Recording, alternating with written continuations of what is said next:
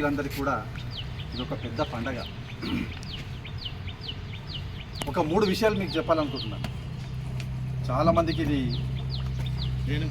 చరిత్ర అయిన వాళ్ళకి మాత్రమే తెలుస్తుంది.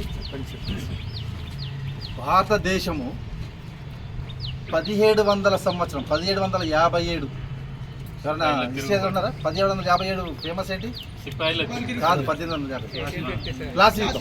ఎస్, అప్పటి వరకు భారతదేశము చైనా కలిసి ప్రపంచంలోనే 50% జీడిపి కలిగిన దేశాలు. చైనా భారతదేశం యొక్క మొత్తం జీడిపి ప్రపంచంలో ఉన్న 204 దేశాలకు 50% జీడిపి. అంటే ఎంత ధనవంతమైన దేశాలు అర్థం చేసుకోండి. అంటే మనకు ఈ పరాయి పాలన ఏదైతే సామ్రాజ్యవాదానికి, ఆంగ్లేయుల యొక్క సామ్రాజ్యవాదానికి లోనైన ప్రపంచ దేశాలన్నీ కూడా ఆంగ్లేయుల ఆధీనంలోకి వచ్చింది, ఎక్సెప్ట్ జపాన్. ఆసియా దేశాలలో ఒక జపాన్ తప్ప మిగతా దేశాలన్నీ ఇంగ్లాండ్ ఆధీనంలోకి వచ్చాయి. కానీ 1757 నుంచి 1840 ప్రపంచంలో ఒక గొప్ప ఆర్థిక సుసంపన్నమైన దేశం. దాని తర్వాత చైనా రెండో దేశం. 1947 తర్వాత అనేక దేశాలు స్వతంత్రం వచ్చాయి, అంటే ఆంగ్లేయుల పరిపాలన నుంచి విముక్తి పొందాయి. 1949లో చైనాకు స్వతంత్రం వచ్చింది. కానీ మనకంటే చైనా చాలా ముందంజలున్నది. ప్రపంచ ఆర్థిక వ్యవస్థలో 2వ స్థానానికి ఎగబాకింది. అంటే కారణం ఏంటంటే పటిష్టమైన పరిపాలన, నిర్ణయాత్మక అంశాలన్నీ దేశాభివృద్ధి గురించి మాత్రమే పనిచేసేటి. అక్కడ నిర్ణయం తీసుకోవడం వల్ల పరిపాలకులు దేశం చాలా ఔన్నత్యంగా మనకంటే ఎక్కువ జనాభా ఉన్న ప్రతి ఒక్కరికి ఉపాధి అవకాశాలు కల్పించి ఎంతో ఉన్నతంగా ఉన్నాయి. వీటన్నిటి కారణము పొదుపు. ఏంటిది? పొదుపు, సేవింగ్స్ ఎలిమెంట్ ఉంటేనే పెట్టుబడిగా మార్చవచ్చు. మన దగ్గర రూపాయలు ఉంటేనే ఏదైనా పెట్టుబడి పెట్టడానికి అవకాశం ఉంటుంది. ఆ రోజు ఖర్చు చేస్తే ఏం చేస్తాం? ఉండదు. అందుకని పొదుపు అనే ఎలిమెంట్ చైనాలో చాలా ఎక్కువ. ఇక మన భారతదేశానికి వస్తే పొదుపు అనే ఎలిమెంట్ చాలా తగ్గిపోయింది. ఈ మధ్యనైతే విపరీతంగా తగ్గిపోయింది. అందుకే ద్రవ్యం మీద అభిరుచి తగ్గించడానికి, పొదుపు చేసుకోవడానికి అవకాశం ఇవ్వడానికి మాత్రమే ఈ యొక్క ఇంట్రెస్ట్ పెంచుతున్నారు, కానీ నిజంగా ఇంట్రెస్ట్ పెంచట్లేదు. సో మన భారతదేశంలో సామాజికంగా కావచ్చు, ఆర్థికంగా అభివృద్ధి చెందినప్పుడు మాత్రమే ఏ దేశమైనా అభివృద్ధి చెందుతుంది. మరి ఆర్థికంగా ఎవరు అభివృద్ధి చెందాలి? ప్రతి వ్యక్తి తన కుటుంబాన్ని ఆర్థికంగా బలోపేతం చేయాలి. ఆ ఆర్థికంగా బలోపేతం చేసినప్పుడు మాత్రమే దేశము మొత్తం అభివృద్ధి చెందుతుంది, నిర్మాణాత్మకంగా అభివృద్ధి చెందుతుంది.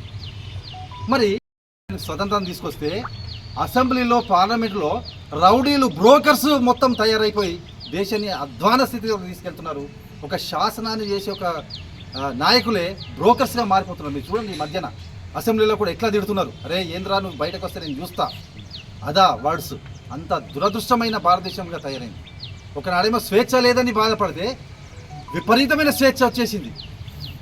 మరి ఇలాంటి భారతదేశంలో మరి మొట్టమొదటిగా చేయవలసింది ఆర్థిక సంస్థలు మాత్రమే. ఆర్థిక సంస్థలు మన ఎల్ఐసి కూడా వెరీ వెరీ ఇంపార్టెంట్.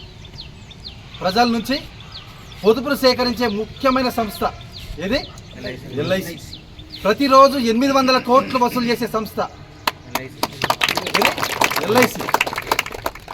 దేశంలో ప్రతి అడుగులో ఎల్ఐసి ఉంటుంది, డైరెక్ట్లీ ఆర్ ఇండైరెక్ట్లీ. నీకు చాలామంది తెలియదు.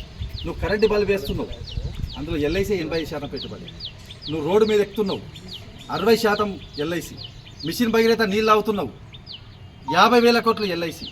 రైల్వేస్ టెక్నాలజీ అప్గ్రేడేషన్ అవుతుంది, ఎల్ఐసి 1,50,000 కోట్ల ఇన్వెస్ట్మెంట్. మీరు ఏదన్నా తీసుకోండి, ఎల్ఐసి అనే పార్ట్ అనే లేకపోతే మన పంచవర్ష ప్రణాళిక నీతి ఆయోగ్లో 50% ఆఫ్ ది ఇన్వెస్ట్మెంట్ ఎల్ఐసి. ఇదంతా కారణం ఎవరు? మన ఏజెంట్ మిత్రులు, మన మిత్రులు. సో మిత్రులారా, నేను ఒక్కడే చెప్తున్నాను, మనము ఇక ముందు ఒక వ్యక్తిగతంగా, ఒక కుటుంబ పరంగా అభివృద్ధి చెందించాలంటే ముఖ్యమైన భాగస్వామ్యం ఎల్ఐసి మిత్రులే. హఠాత్ పరిమాణం నుంచి కూడా ఆ కుటుంబం యొక్క ఆర్థిక వ్యవస్థను సంరక్షించబడే ఒక గొప్ప సంస్థ. అందుకే మనం అందరం ఇలా పనిచేసినందుకు గర్వపడాలి, గర్వంగా పనిచేయాలి. సో మరి ఇప్పుడు ఆ గొప్ప వ్యక్తులను స్వతంత్రం తేవడానికి పోరాడిన గొప్ప వ్యక్తులను స్మరిస్తూ భవిష్యత్తులో మన ఆర్థిక వ్యవస్థను మరి గాడిలో పెట్టేలాగా తయారు చేయాలంటే ఈ పొదుపు సంస్థలన్నీ ముందుకొచ్చి పనిచేయాలి. దానికి మీరే కార్యోన్ముఖులు కావాలి. సో ఎల్ఐసి సంస్థను మీరు చూడండి, 65 సంవత్సరాలు సుదీర్ఘంగా ఎటువంటి చెడు పేరు లేకుండా దేశంలో ప్రతి భాగంలో మన భాగస్వామ్యం అవుతున్నాం. మరి ఇక ముందు భవిష్యత్తులో మనకు చాలా పోటీతత్వం ఉంది. ఆ పోటీతత్వం నుంచి ఎదుర్కోవడానికి మీరు ఒకే ఒకటి ప్రతి ఒక్క మిత్రుడు నేర్చుకోవాల్సింది టెక్నాలజీ. ఏంటిది? టెక్నాలజీ కంపల్సరీ మీరు అందరూ అడాప్షన్ చేసుకోవాలి. సెప్టెంబర్ 30 తర్వాత టెక్నాలజీ అప్గ్రేడేషన్ లేని వాళ్ళందరూ ఎక్కడికి వెళ్తారు? కిందికి వెళ్ళిపోతారు. ప్రతి మీటింగ్కు వచ్చే ప్రయత్నం చేయండి. ప్రతి మీటింగ్ రండి. ఇక ఫ్రైడే మేడం ఇప్పటికి 2 ఫ్రైడేలు మీటింగ్ పెట్టారు. వచ్చి రండి, మీరు అప్గ్రేడ్ కాండి, ఇక టెక్నాలజీ అప్గ్రేడ్ కండి. పరిశీలనాత్మకంగా పాలసీలు అమ్మండి. ప్రశ్న జవాబు రూపంలో ప్రతి ఒక్కరికి అడగండి, వాళ్ళ అవసరాలను తెలుసుకోండి. అది మాత్రమే నిజమైన పాలసీ. ఏదో పాలసీ తేవడం అనేది కరెక్ట్ కాదు. వారికి ఆర్థికంగా సరిపోతుందా లేదా కూడా గమనించండి. మీరందరూ ఖచ్చితంగా భవిష్యత్తు ఆర్థిక నిర్మాతలు అని చెప్పొచ్చు. మరి ఈ యొక్క అవకాశం ఇచ్చినందులో కూడా మన బిఎం గారికి మరియు our SDM chairman, everybody, top of the house. ఒకసారి వినండి. Dear LICians of team sizzling Secunderabad, అంటే ఇది మన డివిజన్ది కాబట్టి సిజిలింగ్ సికింద్రాబాద్ మన టీం పేరు. Today we celebrate a momentous occasion, our Independence Day. This day holds profound significance not only in our nation but also for each one of us as proud citizens and dedicated employees and agents of LIC. Independence Day is a reminder of the sacrifices made by our forefathers who fought valiantly for the freedom we enjoy today. It is a day to reflect on our journey as a nation, our struggles, victories and the values that bind us together. We have to honor the spirit of unity, resilience and perseverance that has shaped our great country. At LIC, we embody these very values. We are not just a financial institution. We are a cornerstone of trust and stability for millions of families across India. Our commitment to serving the nation aligns with the dreams of our freedom fighters who envisioned a prosperous and secure future for every citizen. As we celebrate our independence, let us also celebrate our responsibilities.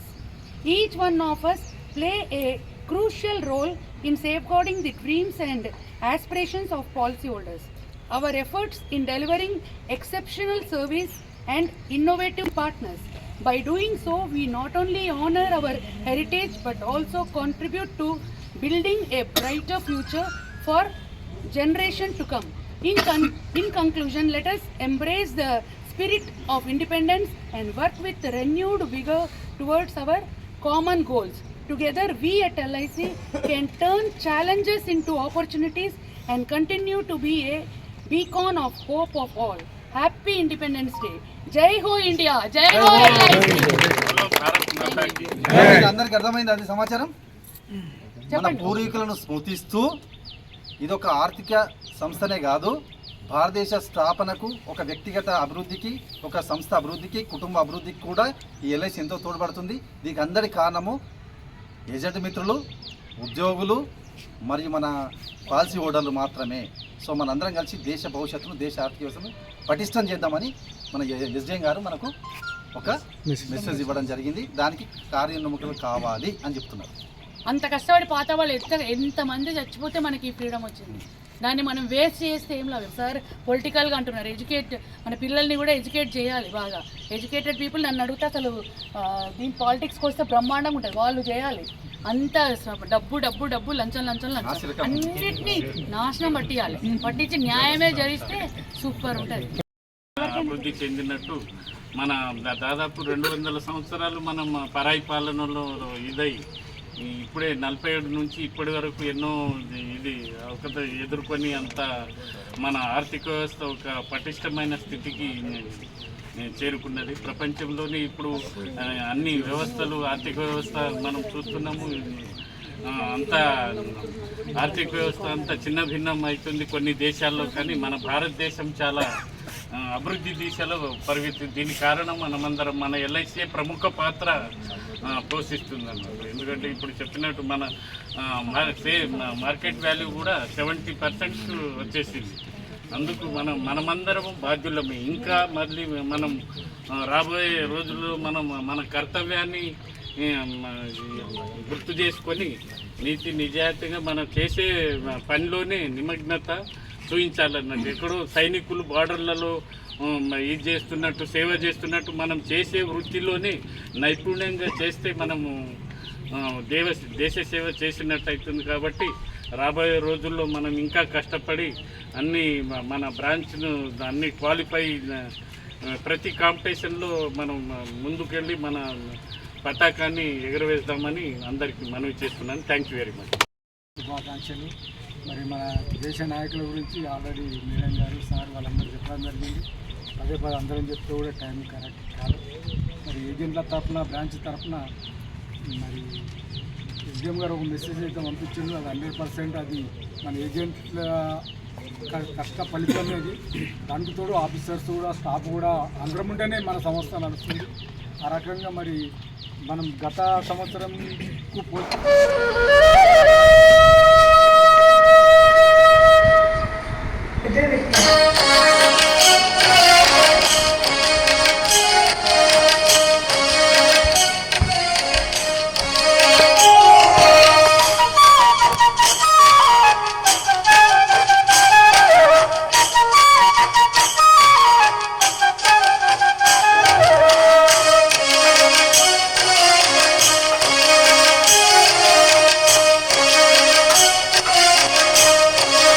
జీవిత బీమా సంస్థ life insurance corporation of India గత నెలలో కొత్త పాలసీని launch చేసింది. పిల్లల చదువులు, పెళ్లి కోసం దీర్ఘకాలంలో పెట్టుబడి పెట్టాలనుకునే వారి కోసం అమృత్ బాల్ పేరిట ఈ కొత్త పాలసీని తెచ్చింది. ఈ పాలసీ ఒక non linked, non participating individual పొదుపు జీవిత బీమా పాలసీ.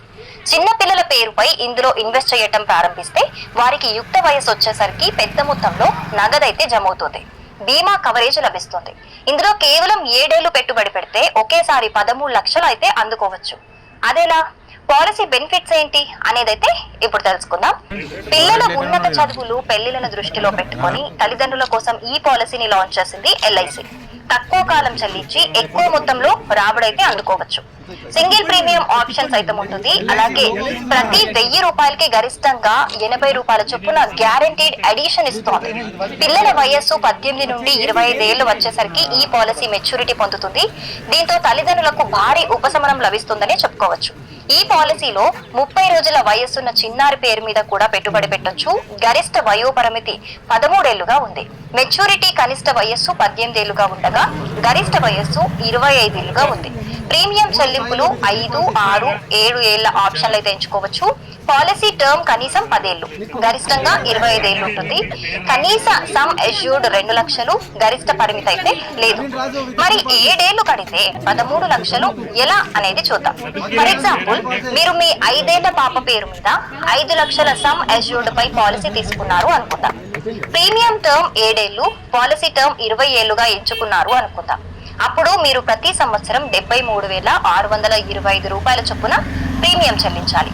ఇలా 7 ఏళ్ల పాటు ప్రీమియం కడుతూ ఉండాలి. ఆ తర్వాత 20 ఏళ్ల వరకు, అంటే మీ పాపకు 25 ఏళ్లు వచ్చే వరకు పాలసీ కొనసాగుతుంది. మీరు చెల్లించే ప్రీమియం మొత్తం